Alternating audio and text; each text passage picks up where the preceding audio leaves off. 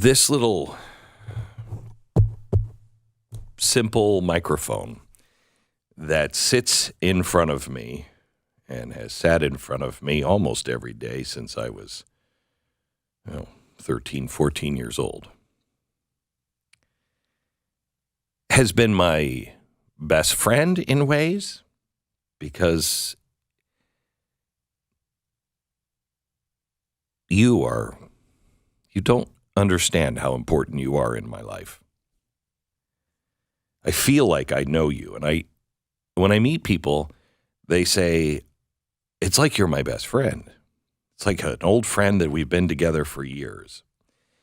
And you have me at a disadvantage because you know everything about my life. If you're a longtime listener, you know the names of my children. You remember when I adopted my son. You know my dog's name.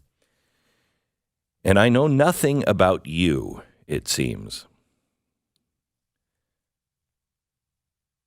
But that's not true. I know you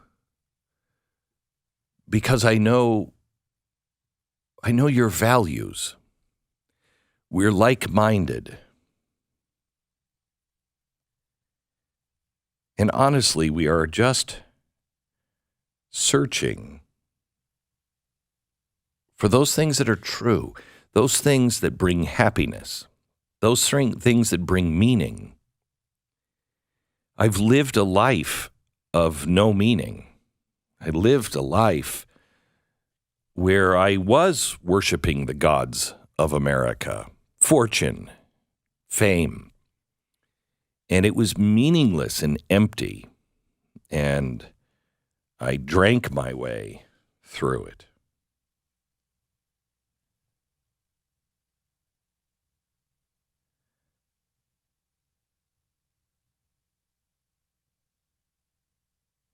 My mother, when she died, I was 15 years old. She committed suicide. She was an alcoholic. She was addicted to prescription drugs.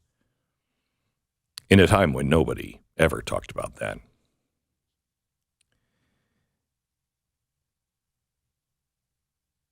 And I hit a place in my life where I was about to do the same thing. And luckily, I was, quite honestly, too much of a coward to do it. Thank God for cowardice, at least in that example.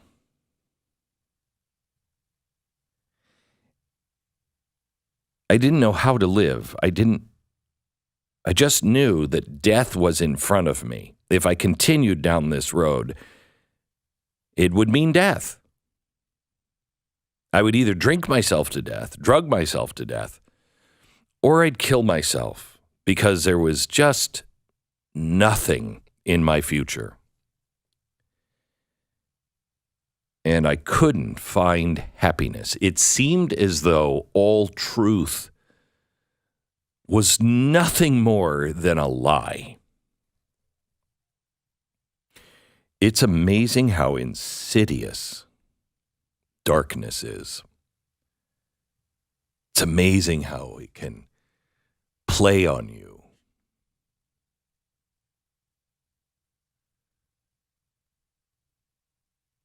It's amazing how distracted you can become.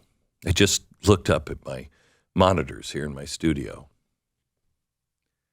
and I see the headlines, Trump facing 30 counts related to business fraud. And they're speaking about it on CNN. Trump indictment stuns nation, says Fox News.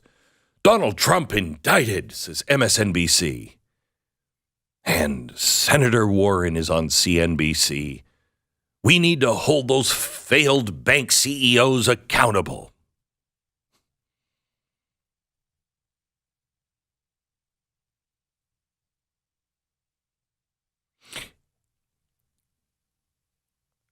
Do you remember the movie The Ten Commandments? Do you remember they were free? The people were free. God freed them. And then the minute they were at the Red Sea, you remember Edward G. Robinson, and he He's like, yeah, see, I told you, this was bad, see? Where's your Moses now?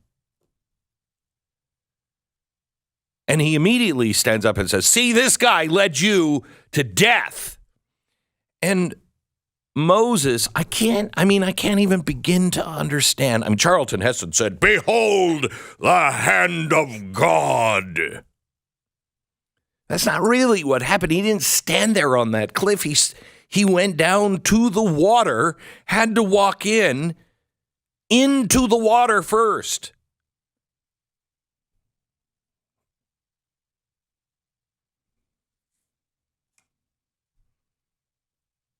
His back was up against a wall. He had to take the step and stand in the water. And while the people were condemning him, God moved because of his faith. And then as soon as they get across the water, he goes up to the mountain and he gets the 10 Commandments. It took, 40 days? And they were like, we've got to have orgies and we have to build a golden calf. Good God. Edward G. Robinson, I'll be your leader, say.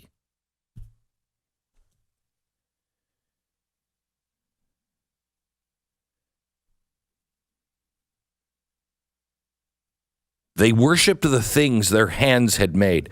How many of us are worshiping the things our hands have made? How many of us are looking at our phone all the time? Technology has now become our God. Money has become our God.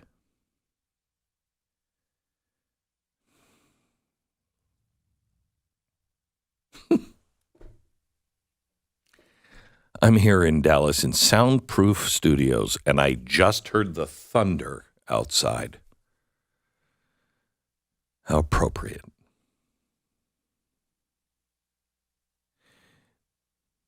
Today is a turning point.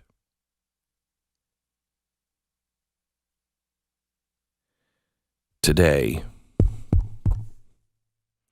this microphone in front of me, a device that I've had in front of me for almost 50 years,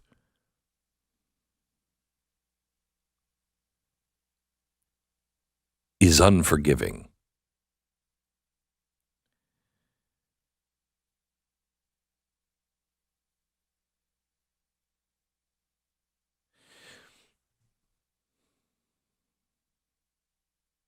There's a lot inside of me today.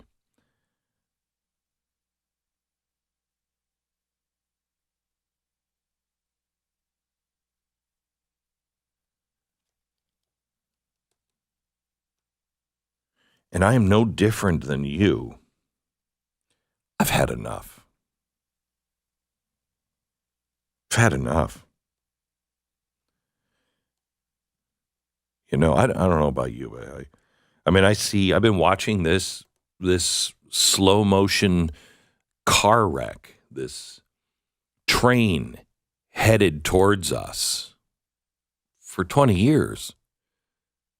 We've been crossing the Atlantic in very slow motion, and the engines were on full speed, and the captain at night is like, keep those engines going. Let's make record time.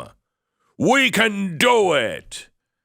And when the ship was in port, it was on fire. There was a coal fire down at the furnaces, and it wasn't in the furnace. It was the coal pile that was on fire. Well, then burn it up fast. We can make it. This ship is unsinkable. And I've had 20 years to count the lifeboats. I've had 20 years telling people, hey, maybe you shouldn't be playing shuffleboard right now. there's trouble. Anybody want to send a Western Union telegraph, maybe early, when all the other ships have their telegraphs on?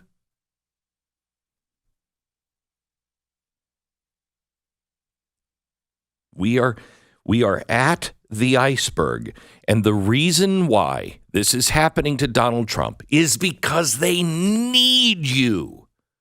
They need you to riot, to burn, to shoot, to target. They need that because everything is about to collapse, and it can't be blamed on them because they're the ones who are going to say to the rest of the world, see, this is what happens. This is what happens when you let free people be free. That's why we've got to put a lid on it. Instead of the rest of the world looking at the elites, all those with answers, and say, look what you have done. You have collapsed our economy. You and your expert advice have devalued the dollar. You and your experts have taken the greatest nation to ever bless the earth and flush it down the toilet. We are no longer a superpower. And they need you for cover.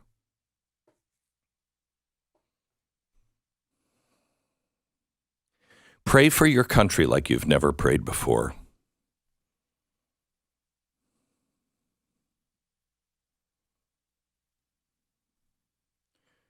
Pray that every single American that sits behind one of these today understands the gravity of their words.